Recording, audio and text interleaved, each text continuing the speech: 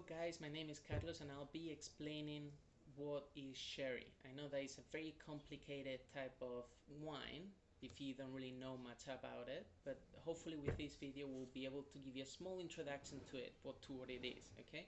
So sherry, first of all, is a fortified wine. Fortified wine, it means that it's distilled alcohol has been added to the wine to give more stability to the wine.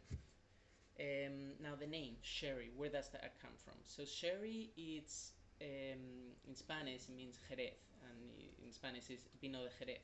However, the name sherry comes from the Moorish word Jerez, which it was chosen in the 15th century by the British people who were working here as shippists, and they were the ones who chose that name instead of Jerez because it was easier to say, which makes sense. Now we will be explaining throughout this series of videos from the very pale, delicate manzanilla or fino. We'll be explaining the difference between these two to like a very sweet, dark, bold Pedro Jimenez. Okay, and then in between, of course, we'll be talking about the amontillado, the oloroso, the palo cortado. We'll be talking about.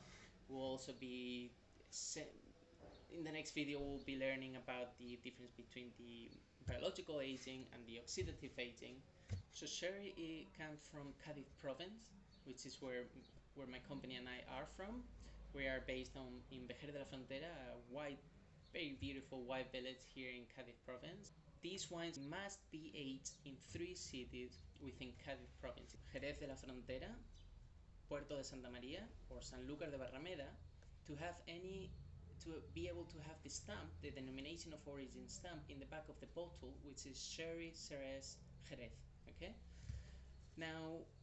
Now that we know a little bit about it, why sherry does appear in Cadiz specifically? Why not in another place of Spain or other parts of Europe or even outside of Europe? Well, mainly it's because of Spain has been conquered by many civilizations, and specifically Cadiz is one of the oldest cities of Western Europe.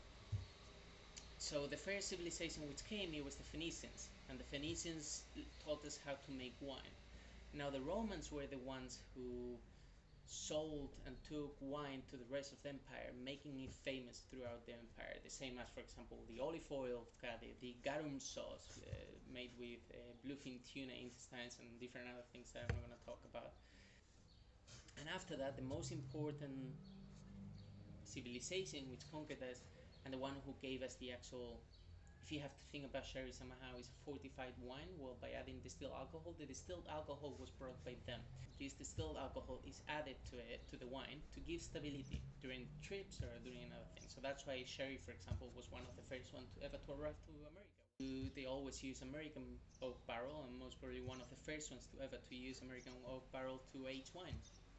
We also have to see that there's a big variation of wine, and that's thanks to other cultures and other civilizations which conquered us or they lived closely with us. For example, the British people, they were the ones who realized that the thing that everyone wanted, it was sugar, and that's why they've created all these different variations. And then the British were the ones who started mixing all these ones together, creating the medium, creating the pale cream, creating the brown sherry, creating cream sherry, Bristol cream sherry. All these ones are all from types of sherry, which we'll be explaining apart, so no worries about it.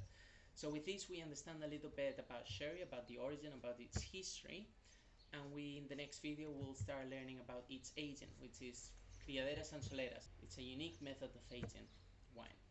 Okay, so thank you very much for watching, and we keep watching the rest of the videos.